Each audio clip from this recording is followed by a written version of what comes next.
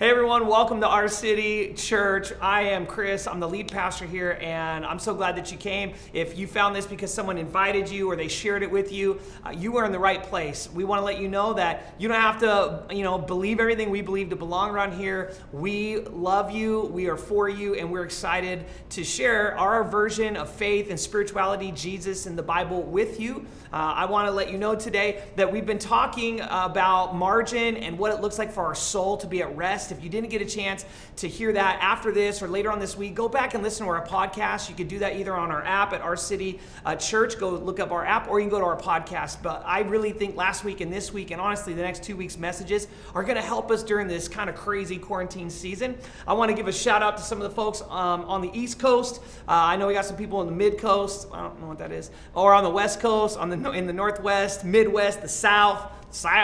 Also some friends in the Middle East that are serving in our military. Thank you again for your service. We're so glad to be with you today. And I just want to let you know today that I think this is such an important message. If you're in middle school, or if you're in high school, or in your first job out of college, or in college still, and you're kind of in that season of learning about your life, and you're trying to move forward and find who you are and all that stuff, please lean in today, because this is going to be a really important deal. In fact, I would like it, if you don't mind, take a second and get something you can take notes with, something to write with, or if you want to enter it in, you can kind of do that. I want to share with you some things that I really think will change your life.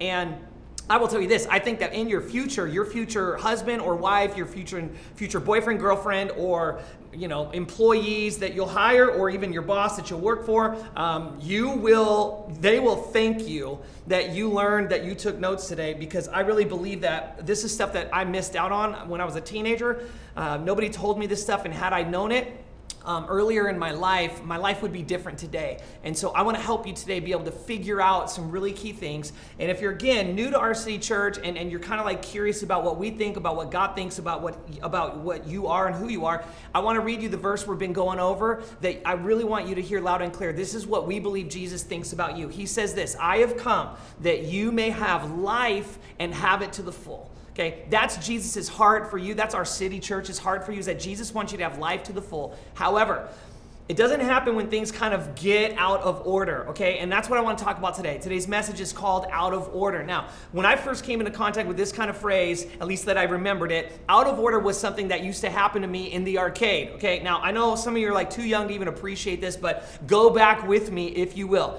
There was a day in the world where you didn't have video games readily available in your house. There was no PlayStation. There was no Xbox. There was not even the Genesis. There wasn't even Nintendo yet. None of that was there. The Atari was there, but that was no longer that cool. And so we had to go to the arcade. When we went to the arcade when I was a kid, my favorite video game was NBA Jam. And NBA Jam, I would play with the Golden State Warriors. I've always been Dub Nation. Run TMC, which if you don't know Run TMC, we could be friends, but we'll never be that close. I just think you have to have some standards for people you bring close, and if you don't know that, then there's a limit to where we're going to go in this thing. However, Run TMC, I would play with them. You'd get on fire. It was the greatest thing. But you had to have quarters. For me, I had to take the bus to the New Park Mall. That's so good. I haven't said that phrase in 20 years. But I would go to the New Park Mall, and I would have the quarters on hand, and I would just play that game, and just try to do all I could. Well, here's the deal. One day I took the bus,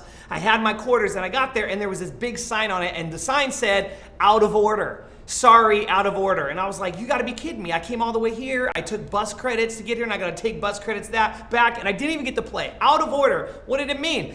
It didn't matter how many quarters I pumped into this machine, it wasn't gonna work. It didn't work, it was out of order, it wouldn't function properly. Okay, now if something's out of order, usually it's the Wi-Fi's down, so you can't, play Call of Duty, right? Or maybe you wanna watch Netflix and you just get that red circle of death that lets you know, you can keep watching it. How long, just put, please, in the chat right now, I wanna hear from you, we need to hear from you, the world needs to hear from you. What is the most amount of time you have stared at the circle of death from Netflix? Be honest, don't lie in church.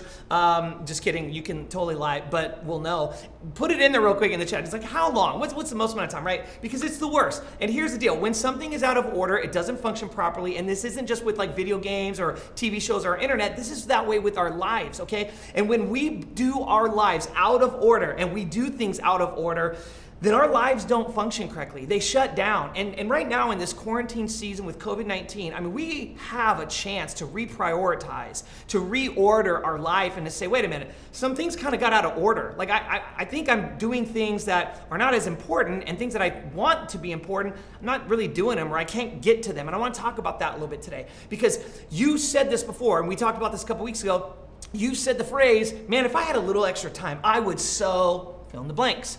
Well, you've got the extra time right now, and this is why I want you to learn about what it means to understand order of your life and priority, and this is important to Jesus. If you have a Bible, I want to invite you to open it up to Matthew chapter 6. We're going to study that today. Last week we talked about rest for our soul, creating margin and space for us to be able to rest our soul. Today I want to talk about margin in another area. I want to talk about how to do order of our lives and create it and do it the right way, the order in which we do it. Next week and the next 2 weeks, we're going to be talking about other areas of your life that we believe if you get it in order with what God calls to, your life is better. He wants you to have life to the fullest, and we want to help you learn how to practically do that. So if you're taking notes, write down this phrase: priority determines the capacity. In fact, type that in. If you're taking notes, when you get a second, type that in too. Priority determines the capacity. What does that mean? It means this: what you do first determines what you'll be capable of doing at all. What you do first determines what you'll be capable of doing at all, okay? Basically, like, it's not what you hope to do, it's not what you wish you could do, it's not what you think you value. The order you do things actually determines what will get done. And many of these priorities we have, we share a lot of the priorities that we're like, these are the things I really want to focus on, or I really want to do. Our New Year's resolutions, we come out of like resting and being at home a lot, and we got almost kind of the same circumstance with this COVID thing. We're coming out of that, and we're thinking big, we're thinking about our life, our priorities, the order of what we're living our life. And a lot of us, we care about our family, we care about, God and school and our finances and what influence we have on others and what are we doing to make the world a better place, okay? But this is also true, that we have these other things that may not be high priorities, but we make them more important because it's what we do first. And when these are the things that we do first, they become more important even if we don't want them to be. And some of those things we talked about earlier, right? Netflix, social media, golf, shopping for things we can't really even afford, video games, dude, sometimes just bored eating, just doing things that are just monotonous, nothingness, and just like wasting time. We don't want them to be the priority. We don't want to do those things first. We don't want that. We those of us that are people of faith, we're like, I'm pretty sure that's not living life to the full that Jesus intended, and we don't believe that. And too many times we try to do the most important things out of order, and then we're left with not enough time. We don't have enough space. We don't have enough money. We don't have enough time. We don't have enough energy to work around it, and we never get around to it. And here's the key. The key to actually getting things done isn't just adding things to your calendar, okay? Or your life, right? Because some of you don't use a calendar, right? You just add things to your life. Some of you use a calendar. I want to be to all people here, okay? Calendar, life. It's not just adding things. Here's the word. Write this down. Type it in. It's tough to spell. It's prioritization. The Bible, I believe, teaches prioritization. It teaches order. Our whole lives are built on order. The physical universe is built on order. Your body is built on order. You will get sick if something in your body gets out of order. You have to have order in your life, the universe, the planets.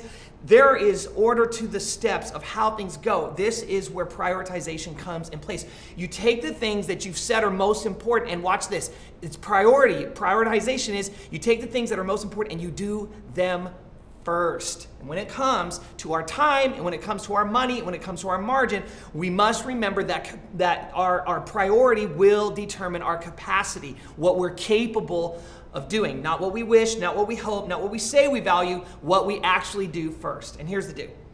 Of all the things that are not a top priority that we love to do and even spend our money on, we can still do these things if we do them in the right priority, right? Like, it doesn't mean we can never do them. It just means you can get them all into your life, but if you let your calendar fill up, you let your just whole life and just go for it, and you spend your money without a plan, and you spend your time without any idea of what you should do first, then the things you really want to do, you will never get around to doing them. And so order is important. We know that. We see this. And in Scripture, all throughout, God speaks to us about order. He basically says a lot of times in the Old Testament and in the New Testament, which is the way that the Bible is broken up into two major segments, if you do this, then I will do this. If you do this, I will do this. Here's the order. You do this, then after that, I do this. There is an order to how it works. And the same is true when it comes to our finances. And there is a reason, okay, that Jesus taught more about finances than, watch this. This might surprise a lot of you, especially if you're not a Bible reader or you're not really a Christian.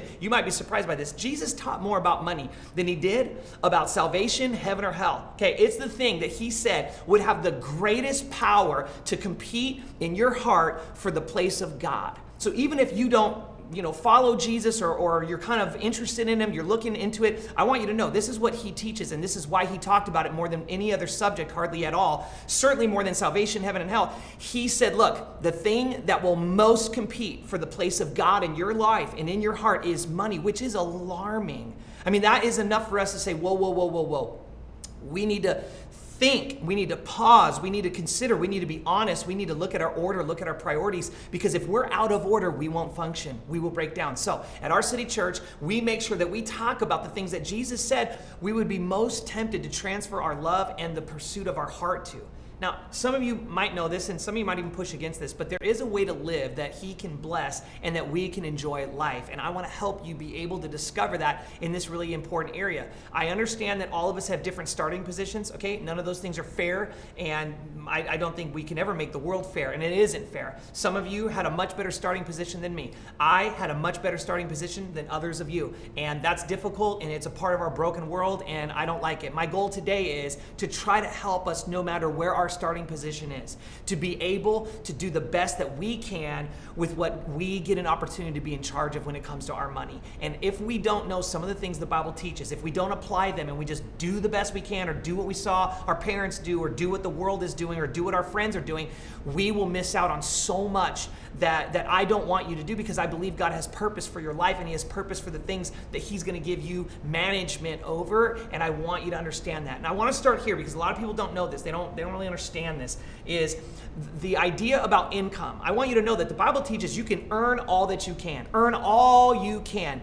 Earn all you can. Earn all you can, okay? The scripture never teaches that you can't earn all you can. However, it doesn't say that your marriage needs to be sacrificed so that you can earn all you can, okay? It doesn't say, hey, stress yourself out so that you can earn all you can. It doesn't say sacrifice your kids' activities so you can earn all you can. It doesn't say, hey, put as a priority all these other things other than the things that matter most, so that you can have what you want, right? And maybe it's not earning for you, maybe not be earning, maybe you're doing things differently. You're in college, or you're stay at home, or you're working on your craft right now. So yeah, it just means this: don't prioritize your to-do list. Don't prioritize getting this thing done. Don't prioritize the side hustle over the most important priorities, which you need to know what they are. Those are more important. Certainly the people and the relationships are going to be in that case. The issue when it came to money for Jesus was not whether you had a little or you had a lot. The issue was whether you had a little or a lot, was whether that little or a lot had you.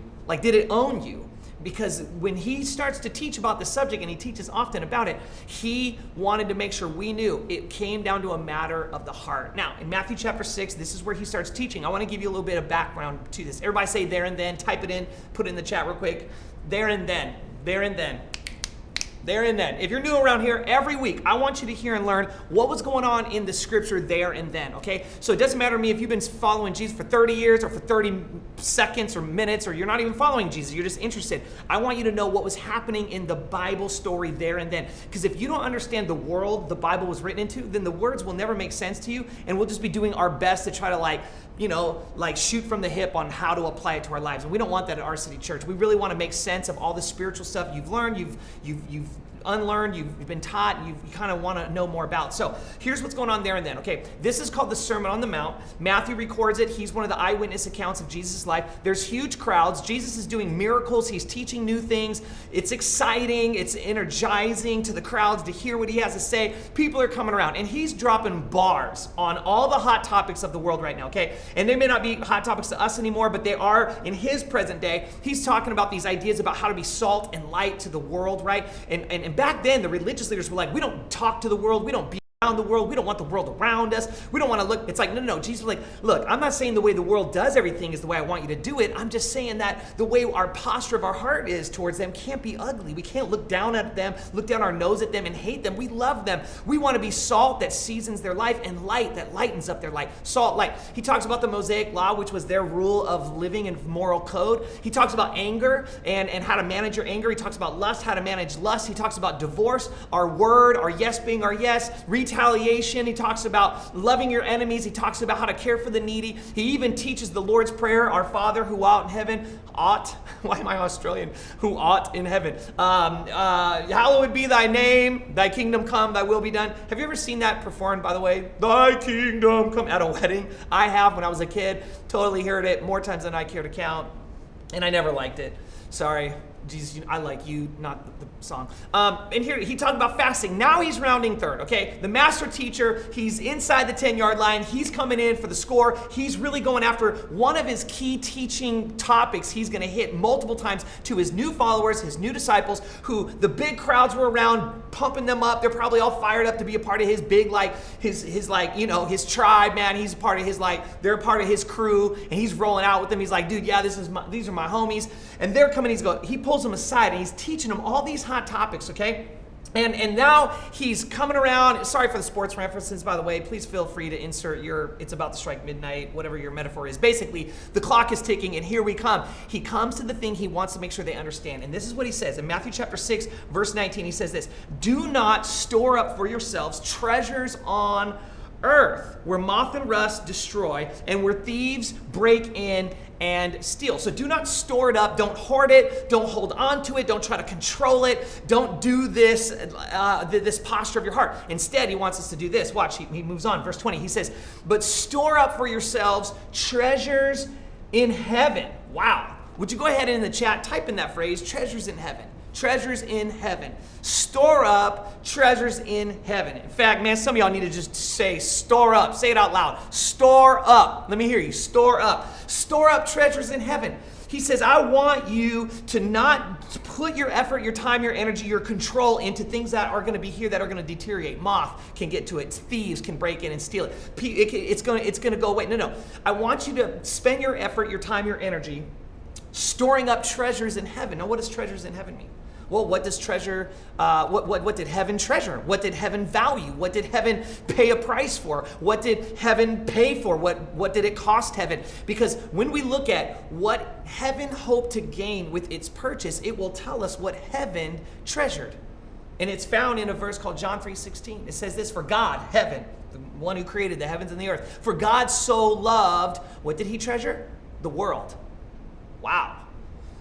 Jesus somewhere else teaches God so loved the world that he gave. His treasure was people, the people on the earth, the people who would live on the earth, you, me, those that know him, those that don't know him, those that believe in Jesus, those that don't believe in Jesus. Jesus said, God, the treasure of heaven, what treasures that they believed and thought and hoped for when Jesus came to the earth was based on the price of Jesus's life, Jesus's desire to come and say, you're the treasure of heaven. It's you, it's your mom, it's your dad, it's your brother, your sister, it's your friend, it's your coworker, it's the person you're on a team with. It's the people that don't understand God's grace, don't understand God's purpose for their life. They are the treasure of heaven. I'm here to love them, to show them who God is, to show them their value. He invites us to treasure the things that he gave his life for, that he treasures, which is you and all of us. And this is the unbelievable story. Is Jesus says, anyone who doesn't know that I love them, that's what I want you to treasure. I want you to spend your effort treasuring them. And he continues on, verse 21, he says, because where your treasure is, this is where your heart will be also. Wow, he says your hearts need to be fixed on people, and not just people who believe like you, not just people who look like you, not just people who act like you, who talk like you, who dress like you, who are as old as you. No, don't do that. I want you to actually love the people that I love, that heaven loved, and heaven loved the world enough that God gave his own son God gave his son as a sacrifice. His death eradicates our sin before a perfect God. We can, though we're imperfect, be standing in front of God and be found innocent. Why? Because we're innocent? No, because Jesus was, and he stood in our place. That's what the treasure of heaven is. And he says, I want you to treasure people, the true riches, the treasures of heaven, not things, not vacation homes, not that remodel, not that much nicer car, not the thing that you think you need, not the status, not the symbol, not the wealth. No. People. And we see it like this, right? This is how we see it. What will I have to show for my money? What will I have to show for it? What will I have to show for it? What will I have to show for it? In my end of my life, what will I have to show for it? But Jesus asks a better question. He says, who will you have to show for it? And then he goes on, he gets into this like super wiser than all of us, like total sage, like giver of all things like truth and wisdom. And he says this, the eye is the lamp of the body. If your eyes are good, your whole body will be full of light. Okay?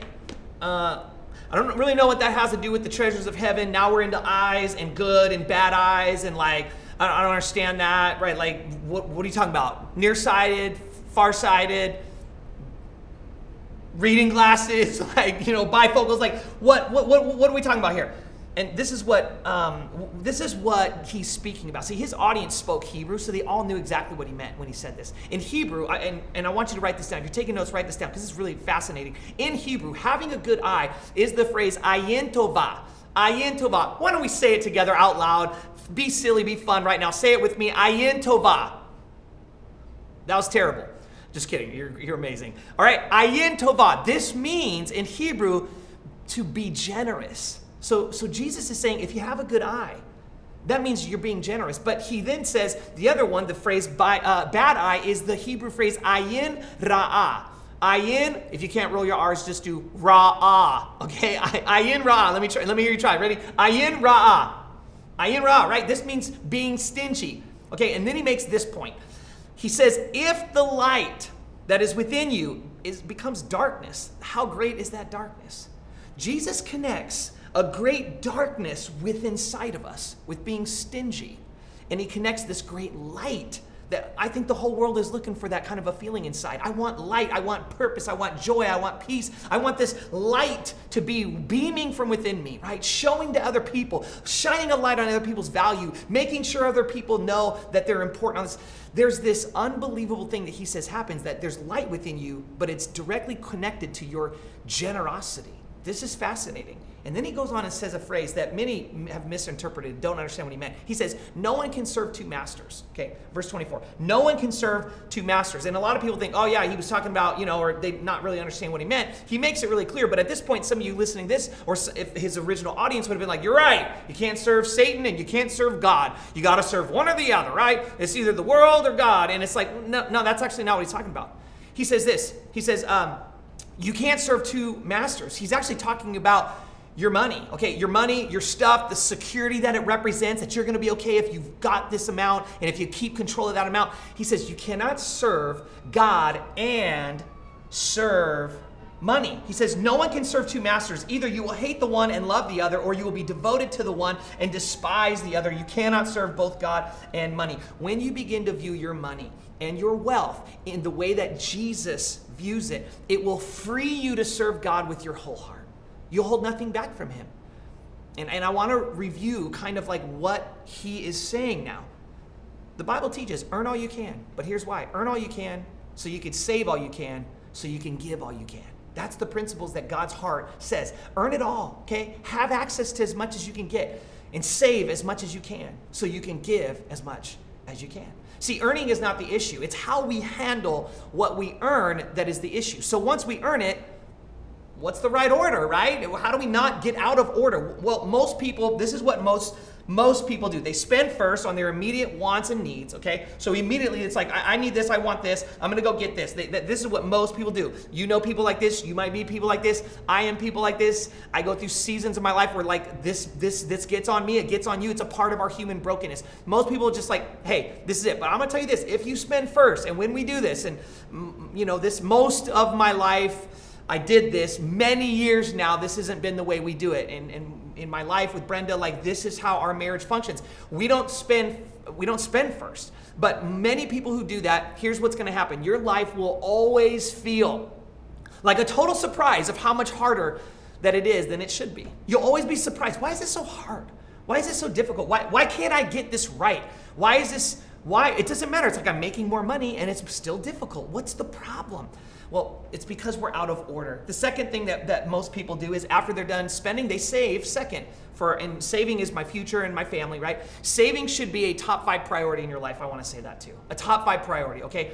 And then the last thing they'll do is they'll give last to God and to others, right? Whatever I got left over, God, you can get a little shekel, right? You can give a little bit of that and whoever I can give. And when we do that, our generosity and our savings become super sporadic. It makes us spontaneous. It makes us inconsistent. And it makes you sparing, which is just a way of saying limited in what you can do. And there is a better way to live. There is a feeling you and I experience when we are able to be generous to somebody else without any strings attached. When we are faithful, those of us that believe in God, when we are obedient, when we give the way He's asked us to do in Scripture, there's this, yeah. It feels good. You ever get off the phone after you're helping someone with something where you help them, you coach, you tutor them, you train them, you equip them, you answer a question for them, and you have this light. You have a good eye. You are generous with your time, with your information, often with your money, and you're able to feel that feeling. He says, that's what I want for you. You can live a better life. And if you're new to Jesus or you're new to church or you're new to pursuing these ideas, there's something that you should probably know from the very beginning, and it's this, that God's teachings often are usually reversed of the way that the world has taught us to live and to prioritize ourselves. I'll give you a few examples. In business says do whatever you got to do to get ahead, and it doesn't matter who you step on to get to the top, and just get what you got, go get it, and don't worry about what it does to anybody. But business, God's way, says lead with integrity, okay? Always do the right thing, and do it even if you know no one's looking and you would never get caught. Still do it, right? The world teaches us that when you're frustrated, just get angry, right? Just get even, just say what you feel. Frustration, God's way, says do for them what Jesus did for you. He forgave you, right? God teaches us, hey, be quick to listen, slow to speak, slow to get angry. Jesus' brother wrote that. See, this is the way that we are to do. We're to forgive them. He wants us to forgive them, and it's no different with money. All you have to do, if you want to know what God wants you to do when it comes to your money, just do the opposite of what most people do. Do opposite of what the world has taught us. And I want to now give you God's order, okay? Because we all too often do it in the opposite order of what God has for us, and I want us to be able to do this because I really believe if you'll do this, there is a great light, a great sensation of purpose, of destiny, of fulfillment that so many of us never get to feel. And there's a wealth, there's a blessing that's waiting for you. But if you always spend yourself into oblivion and you never know where it's going and you don't understand, it's because you've stepped out of the lane that God calls us to. So here's God's priority. This is what He asks us to do. His order is this. First, we give first. Okay, we give to God. We worship Him with our generosity. In Proverbs chapter 3, I'm going to read this. It'll come up on your screen right now. It says this, honor the Lord with your wealth, with the first fruits, everybody say first fruits of all your crops. And then he says this, and then your barns will be filled to overflowing, which if you don't have a barn, who cares right now, right? And your vats will brim over with new wine. To a group of farmers and people who produce crops, this was a massive demonstration of God will bless you. Why? God's in charge of the rain. God's in charge of the sun. God's in charge of the dirt. Back then it was like, we are super dependent on you because all the major factors of whether or not we do good and if I'm blessed or I'm not is your rain, your sun, your dirt. Okay, so this was how God said, hey, this is the way I set it up. Walk with me. These things will be better for you anyways. You'll have a better marriage. Your kids will grow up and be more adjusted, more generous, more caring, more accountable, more responsible, have better standards and ideas about work and ethic and all the rest.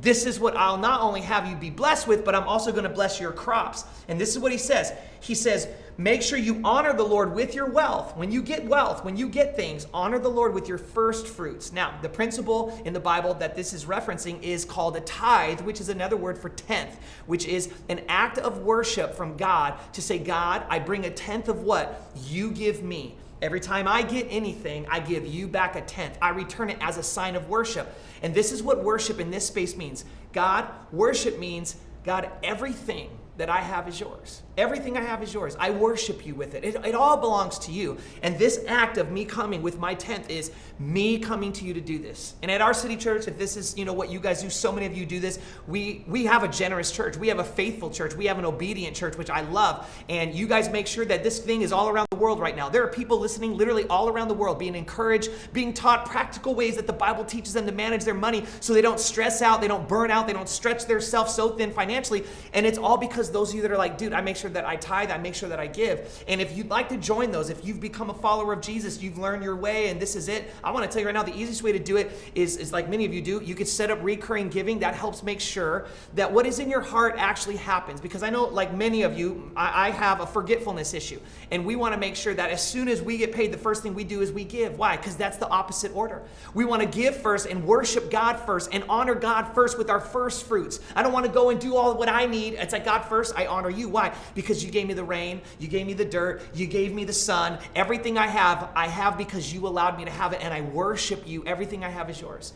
And I know a lot of us, again, like I said, you got a forgetfulness issue, which is why recurring giving is so great, because you can set it and forget it, okay? And it just happens whenever you want it to happen. And a lot of you do it that way. It helps us, it helps you, you budget, it helps our church be wise and know how to plan accordingly to do all we're trying to do to reach new people. So that's something I want to encourage you to do. The second one is this: you save second, okay? The first thing is we give, second is we save. And I want to let you know that God's word commands us to save. It's not a suggestion, it's a commandment. And I want you to hear this. This might be new to you. You're like, whoa, what? Saving is a commandment? Yeah, I'm gonna tell you right now, if you're in college or in high school and you make any kind of money at all, I don't care if you're babysitting or you're mowing lawns or you're walking dogs or whatever, when you make resources, tithing is a commandment and saving is a commandment. They're not suggestions. God says, I command you to do this, I want you to do this, walk in my ways, this is what I bless. Watch this. It says this, in Proverbs chapter 13, verse 11, it'll come up on your screen, I'm going to read it. It says, dishonest money dwindles away, okay? So in his world and in that space, dishonest money is any money you earn deceitfully or money that you get that then becomes problematic because you're not honoring God with it. You're not doing the things that God wants you to do. It's a broken system. But he says this, but whoever gathers money little by little makes it grow. Whoever saves. He says when you save, money starts working for you instead of you always working for your money, okay? Now the third one is this, and this is important, is you spend last, okay, on my immediate needs and my wants. So what it means is that you enjoy what you have, but that means that you're content. There's a contentment that comes with it. So it's like, look, I spend on my needs, I get some of my wants, but I'm not just going nuts and going crazy on everything. Because we do this unknowingly, and it's always unknowingly, okay? Like rarely is any of this like online in like your forefront of your mind, like, oh, right now I want to just be driven by this crazy idea of just spend. I don't want to be wise. I don't want to be in order. I want to be out of order. I want to be out of priority. And if you're a parent, I want to model this to my kids. I want my kids to see that I'm out of control. I want my kids to learn that they just spend to feel better, or they just buy even if it's not in a budget. We don't even need a budget. Let's just do what we want to do. Listen, I'm going to tell you right now, if you can't enjoy the life you currently have, you will be disappointed when you spend money to get more things that you think will make you more happy, but you find out that you're still unhappy. Because your inability to enjoy what it is that you have is a heart issue. It's not a money issue. It's not a things issue. Because Jesus teaches there's a good eye and a bad eye. There's a light and a dark issue going on inside your heart. And listen to me, there are people who have less than you do that are happier than you are. There are people with less than you have right now around you, living close. I'm not even talking about like a third world country, which is certainly true. There's people right now close to you, around you, that have less than you and are happier than you. And this is because they have conditioned their heart differently than you have. They have cultivated their heart differently. They have grown the garden of their heart differently. And the issue is not what you do and what you do not have financially, because generosity is not a money issue. Generosity is a heart issue. And you know this. I'm not telling you something you don't know. But you might think, like, well, rich people are the people who need to be generous, and they're the ones who are generous. I'm going to tell you right now, rich people are not generous, okay? People with extra are not generous. You want to know who generous people are? Generous people are generous. You've met generous people. Generous people are generous, okay? You've met them. Some of them had a little, some of them had a little bit more, some of them had a middle amount, some of them had a lot. but something beamed from within inside of them, like a dark light that just had a light that penetrated through the dark. Something beamed within inside of them that was this bright light that just penetrated the darkness of just this world that wants and wants for itself and doesn't consider anything else. And you watched it, and it demanded your attention, and it touched your heart, and it moved you. It even humbled you. You might even secretly felt a little embarrassed that you weren't more like that. There was something inside of them that when you watch genuine generosity take place for someone else's benefit, no strings attached, and especially if it was an act of faith out of honor for your God and for your fellow person that you wanted to help, I'm going to tell you right now, it moves the heart of God and it moves the heart of others, and it moved your heart when you saw it. Because generosity isn't an income level. It's a light that shines from inside our hearts. One time, Eliana and I were out and we were golfing with a couple boys. We were putting around the green, right? And I had bought some really nice golf balls, okay? Like, I love golf. Like, I love golf. If you ever want to get me anything, nice golf balls, God bless you. Okay, so Pro V1s, not cheap. I bought them. These kids they were playing with shag balls. There was a lake. We were all chipping on this one green that they live real close to. And I gave 3 brand new Pro V1s, okay, which is like probably 12 to 15 bucks for just 3 of them. I know, sorry. But this she takes them, and I'm like, here, honey, you putt, and those kids are over there just hitting shag balls or whatever. Well, one of the kids, he's like 6, he's practicing, he's trying to get better. He hits his balls, and finally they're all in the water. Eliana's got hers, she's been putting, brings her 3 back, and I'm sitting there, and I'm getting ready to go. And she looks at him, who's lost all of his, practicing, trying to get better. She looks at me and she goes, Daddy, you don't have a ball. Here, Daddy, I want you to have one of my balls. And she gives me one of her golf balls. And I go, oh, that's so sweet. And I wanted to encourage her sharing, and I thought it was so sweet. So I was just like, oh, this is very nice. And I received it. And then she's like, Daddy, can we give him one of my balls too? He lost them. And as a dad, 2 things. First of all, not even as a dad, let's keep it 100. First of all, I saw the kid hit like 7 into the water. I'm like, look, dude, this ball's like a couple bucks, all right? And I want it, and I spent for it. Don't lose my ball. No, give him some crappy balls. He can hit all those into the water. No, he's not going to hit your wall. These balls are good. I don't want to hit yours, Eliana. Sorry, no, right? And I tried to tell myself it was because I was, caring about my daughter. But it wasn't because of my daughter. It was because I wanted to keep my nice stuff. Well, my daughter didn't care about that. She said, Daddy, here, I want you to have. And then she said, and I said, yeah, honey, you could go share. So she went over to him and she let him have it. And he pitched and putted it around, and eventually it went into the water. He was working on it, getting better. And I remember that when I looked at that, I saw something pure in her 4-year-old little heart. In her 4-year-old little heart, she brought back to the source of what she had been given. And she said, I want you to have a part of what you already gave me. I want to give back to you. And I want to bless your heart, Daddy. I want you to feel encouraged. I want you to feel cared for. I want you to know I love you. And I thought it was so special. And I thought it was indicative of what I think our hearts could feel and ought to feel. Is, God, you've given me all I have. I just want you to know. And I'm going to bring back some. Not that you need it. I have a whole golf bag full of golf balls. I didn't need that golf ball. I was fine. But you know what was necessary? It was necessary for her to be who she is, and for her to be clear in her heart, for her to be thankful to her dad for providing for her to come and be a grateful little girl. And then she looked at her fellow man, her fellow little boy, right? And she was like, I want to make sure that there's some for you too. And there was something that beamed from inside of her, that it just came out, and she was her best because she was being a generous little girl. We are our best when we are generous people.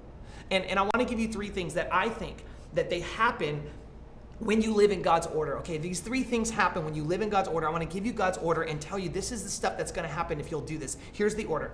Give, save, spend. Would you type that in right now in the chat? Just type that in. Give, save, spend. Say it out loud with me. 1, 2, 3. Give, save, spend. Now listen. I know if some of you are resisting this, you're pushing against some of this, you're like, wait, what? I don't, listen. I'm going to tell you something honest. Someday, everything you own right now that you're fighting to hold on to, that you clean and you dust and you preserve and you just care about, and you spend a ton of money and time and energy making sure it's just all of what you ever wanted to be, someday in your life, you're going to give it to someone else. And you're going to pass away, and you're going to be done with your time on earth. And when you give it to them, the thing that you dusted and cleaned and preserved and fought and held on to and wanted to control, they're going to sell. Because they don't care like you do, okay? I'm going to tell you this. When you get to the end of your life, you are not going to care more about what you gave. You're not going to be more concerned about that. You aren't going to wish that you had given less and spent more. If we'd only finished the kitchen, if we'd only done the remodel, if we only did that extra room, if we'd only, made sure that we bought that Corvette or that Chevelle, probably the Chevelle, not the Corvette, just kidding. But if you're not going to get to the end of your life and be like, I'm regretful that I was so generous. You will not regret being generous. You will regret if you didn't do more that you could have done to change lives. You'll regret the opposite.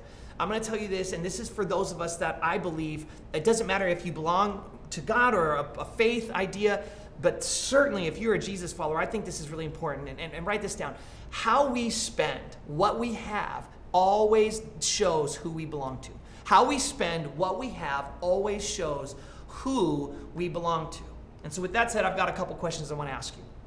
First two questions I think everybody can answer. The last one is only for people who believe in Jesus as their God. And if that's not you, then the third question isn't for you. But these first two I think all of us should answer. Here's the first question. Is our view of money robbing our life?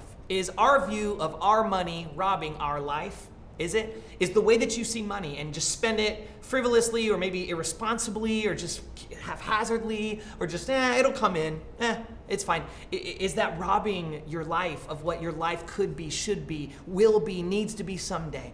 Second question is this, have I messed up the order of my spending? Or have we, maybe it's a couple, have we messed up the order of our spending? Meaning, do we spend first, save what we got, and then give whatever's left over? Have we messed it up? Now, again, if you're not a Christian, you don't even think about this next one. But here's the one I do want you to think about if you're a person of faith and you're a follower of Jesus, is this. Does our spending reflect that we belong to God? Does it reflect that we belong to God? Because we can't serve money and God. We can't. We can't be loyal to both. And so the question I really want you to think about is, does it demonstrate that I belong to God, or does it demonstrate I belong to my money? That I am serving my money, and my money controls and owns my fears. It owns my highs, my lows. It dictates so much more other than my faith, my connection with God, what I'm trying to do with what the treasures of heaven are. Are the treasures of heaven the treasures in your heart? Or are you building your treasures on earth here? And Jesus is like, no. I treasured you. I treasured people. I treasured those who didn't know that I included them in my love. I treasure people who are outside the scope of my grace and my love because they are unaware of it. That's what I gave my life for. Are you giving your life to make sure those people can get the things they need from Jesus? Are you caring that way? Because that's what he says will beam a light. That's having a good eye. That's you seeing as God sees. And this is what I want you to hear. Write this down. This is so critical. When we see as God sees, we will do as God says. When we see as God sees, we will do as God says. It's hard to do as God says when you see as you see, but when you change your bad eye about being what you're about and focus on you, and you change it into what God sees and the treasures of heaven and the good eye of being generous as he was generous for you, all of a sudden there's this beaming light that will start to just come out of you and shine, and people will stand back and go, whoa, what's that? Why are you like that? Where does that smile come from? Or they'll just be embarrassed or a little like, man, convicted, challenged, like, I wish I was a little more like her. I wish I was a little more like him. So how do we take this home, make this a part of our life? Here's the thing I want to tell you to do. First, you got to prioritize, okay? So again, give first, save second, spend last. Give first, save second, spend last. 2, when it comes to giving first, take a percentage, okay? At OURCITY Church, we believe what God teaches, that he wants us to bring a tenth, okay, the tithe, back to him. And so many of you already do this. So many of you already do this. You invest into God's kingdom work here at OURCITY Church, which is why, again, we're doing what we do. But those of you that want to join, I want to encourage you to get in line with what God's word teaches us. He says, walk in this way, give me your first fruits, and then I will make sure that I'm reigning and I'm blessing and I'm doing these things. This is what he calls us to do. But not just that. It's important for us to be able to understand that this is our worship. So ask yourself, am I doing this? Am I worshiping him with what it is that he's given to me? Am I coming to him saying, all of what I have belongs to you? And the last one is just being progressive with what you do. What does that mean? Well, it means 2 things for us. For one, some of you are like a 10%. You're new to this. It's like brand new. You're in debt. You're like, dude, I've jacked up my finances so bad. I don't even know how to get that. I want to tell you this. you need to know that we're not religious at Our City Church, okay? We believe 10% is what God calls us to, that's obedience, and I want everyone to strive to get there. However, what I would tell you is this: pick a percent and progress from there, okay? Pick 1% of what you make, 2%, 4%, 7%, whatever you can. Pick a percent, but be faithful to that.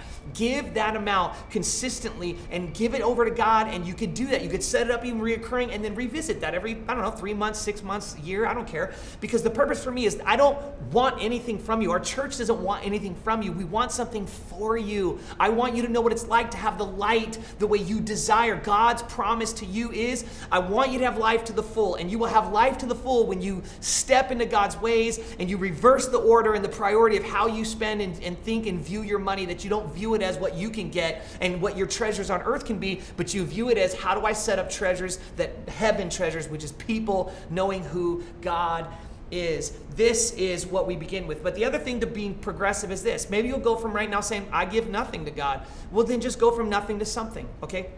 And if you're given something, meaning every now and then you've got something left over, you kind of, tip God and chuck it his way, great. That's awesome. I celebrate that with you. We're grateful for you, to be honest. But let's go for maybe giving something and say, can I tithe? And if I can't tithe, maybe I go like something, in between tithing and something would be like, let me just pick a percent. Let me pick a percent and stick there and start learning how to model, give first, save next, then spend and live, okay? So that would be that. And then after tithing, we have a lot of you, you're kingdom builders. You're the all-in people at Our City Church. The reason we can take care of those most in need is because you help us put together a fund that we help single moms, we help women who have been, put in a domestic violence situation, we help foster care kids that age out of foster care. We are making sure people get clean water, they're getting food, they're getting masks. We help people in some really challenged areas get masks, 3,000 masks over the last week. So we're doing things because you're a kingdom builder. So that goes from tithing to say, I'm going to go above and beyond. I want to join this group of kingdom builders at Our City Church. And okay, come on. Ask yourself this question. This is how you can really make this real today.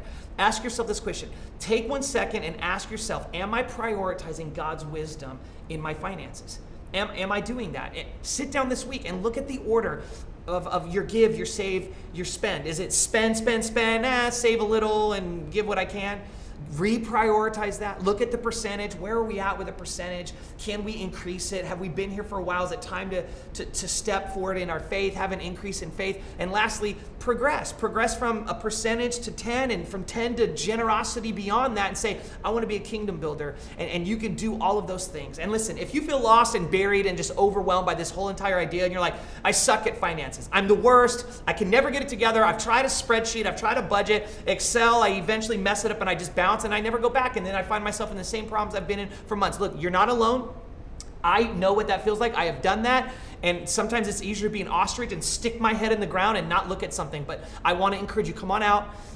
Look at it. You're not alone. And here's what I'd like you to do. I want you to text the word margin to 797979, okay? Because I know what it's like to feel like that. It sucks. It's a hard feeling. You feel alone. You feel like you're terrible, but you're not. And I want you to know we're going to help you. If you text 797979 right now, here's the things we're going to provide for you at Our City Church. And we're working on putting this on a website, but we're going to send you immediately a text that will give you the following things. We're going to give you financial coaching, okay? You're going to get financial coaching from people who that's what they do for a living. They are financial advisors, and they're going to give you some financial coaching to help you kind of get your stuff together. It's going to be a forum that you can do Q&A, ask your open questions, but you don't have to stop there. You can move into, we have resources to help you make a budget. You will be able to make a budget and actually for the first time ever go, oh my gosh, I know what I'm spending, I know what I make, I know where my money's going.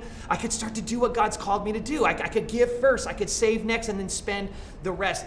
Then we have one-on-one coaching for those of you that are like, I need itemized help, I need specific tailor-made help. We've even got some of that available to you. Not only that, we want to pray with you first and foremost and make sure that you know that if you need it, if you're like, look, I need prayer, I need God, I need a miracle, I need help, we've got a team standing by ready to pray with you. Last thing, and this is the last thing I want to say to you. What if you did this?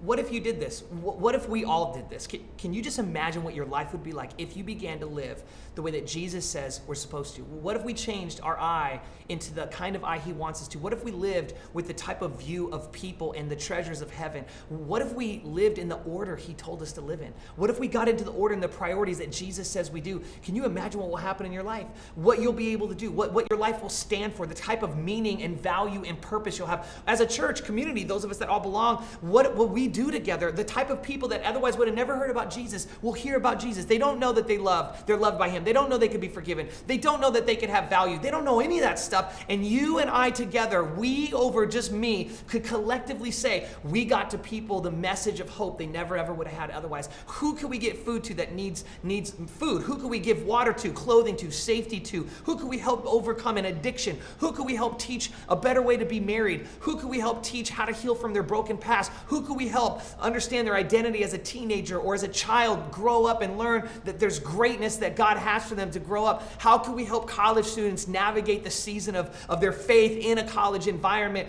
These are all the things we can do together if we stay focused on the things Jesus says to do, if we prioritize and order our life around the ideas of the treasures of heaven. I want to pray for you today that this is something we can all do. I want to invite you to bow your heads for a moment, close your eyes, and I just want to pray for all of us today. God, I come before you right now, and I thank you so much for this time with your word, time with you, and I pray today, God, that you would help us to be able to experience your heart. Give us your heart. Give us your eyes, that our eyes would be good eyes, that they would see as you see, so we could do as you say. I ask that we would have the treasure, God, in our heart that you have in yours for people. And I pray, God, that you would help us to order our spending towards the wisdom that you give to us freely. And I lastly pray a blessing over our church and everyone watching today. God, I ask that you would bless them in their health, keep them safe from any sickness or any harm or danger. Bless them, God, in the area of their emotions and heal their hearts, God, and show them their value and their identity to you. God, also help them to see the world and to see others. Bless them, God, with grand vision for what their purpose could be. God, bless them in their homes, bless them in their jobs, bless them in their finances, and may they walk in your wisdom so they could walk in your blessing. I pray that over everyone watching today or listening to this, and I ask you to do it in Jesus' mighty name. And everybody said, amen. Hey, please text our city to meet and greet today, 11:30 Pacific Standard Time. And last thing, if you'd like to start giving today, Our City Church, go ahead and text the number 84321, 84321, any amount that you would like to start giving, and it will set it up for you, and you can get doing what it is we learned today. Love you, Our City. Let's go change the world together. Thank you, Pastor Chris, for that inspiring message. Hey, let's do something fun. We would love to see your Sunday service. So why doesn't everyone take out your phone, take a picture of your environment, of your notes, of your family, and post it online, and make sure to tag at OurCity.Church, because we want to see where you are at today and how you watch today's service. And hey, before you go, we have some resources for your family. If you're a youth or you have kids, you can check out all of our resources on YouTube, on Facebook, and you can go to our website as well. We want to thank you so much for tuning in today. Make sure you like this, subscribe, turn on the notifications, and remember to share this with a friend or two. And remember, church, let's change the world together.